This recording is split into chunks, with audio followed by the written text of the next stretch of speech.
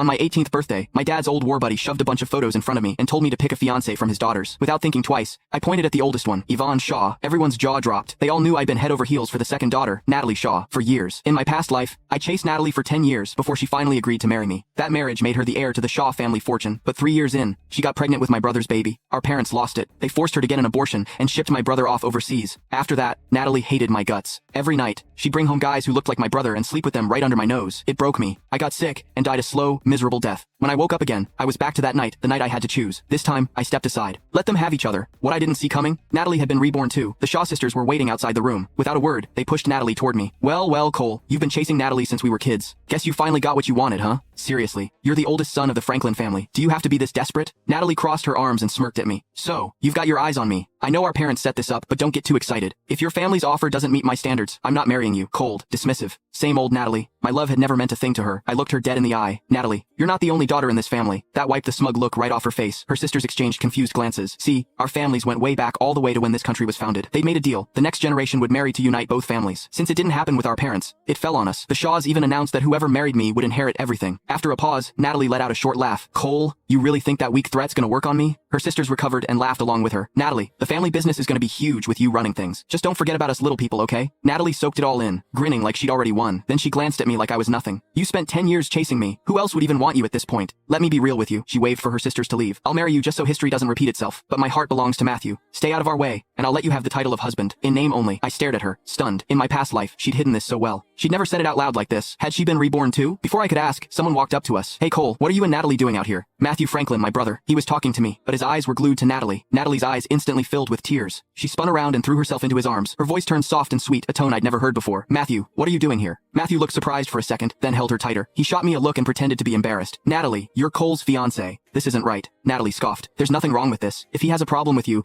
he can forget about marrying me. She grabbed Matthew's hand and walked off without looking back. I rubbed Yvonne's photo between my fingers and smirked. Natalie, I was never planning to marry you anyway. The party was winding down. Most guests had left when Natalie and Matthew finally showed up again. Natalie had changed into a high-neck dress. Matthew had faint marks on his neck that told the whole story. The tension between them was so obvious, you could practically smell it. The old me would have lost it, stormed over, made a scene. But I'd seen this play out 100 times in my past life. I was numb to it now. I knocked back my drink and turned to leave. When Natalie saw I didn't care, she frowned. For the first time ever, she called out to me. Cole, what's your problem? I'm your fiancé. Matthew's your brother. You're just gonna leave without saying hi? Where are your manners? Apologize to us right now, or you're not getting your birthday present. She was holding a small ring box. Matthew took it from her and waved it in my face, smirking. Cole, Natalie had this made just for you. She put a lot of thought into it. I looked at the box. That's when I noticed the custom ring on Matthew's finger. Same logo as the box. I laughed bitterly. A lot of thought? Looks like that ring on your finger got more thought than whatever's in there. Matthew could barely hide his grin. He put on an innocent face. What? No way. This was just a freebie that came with your gift.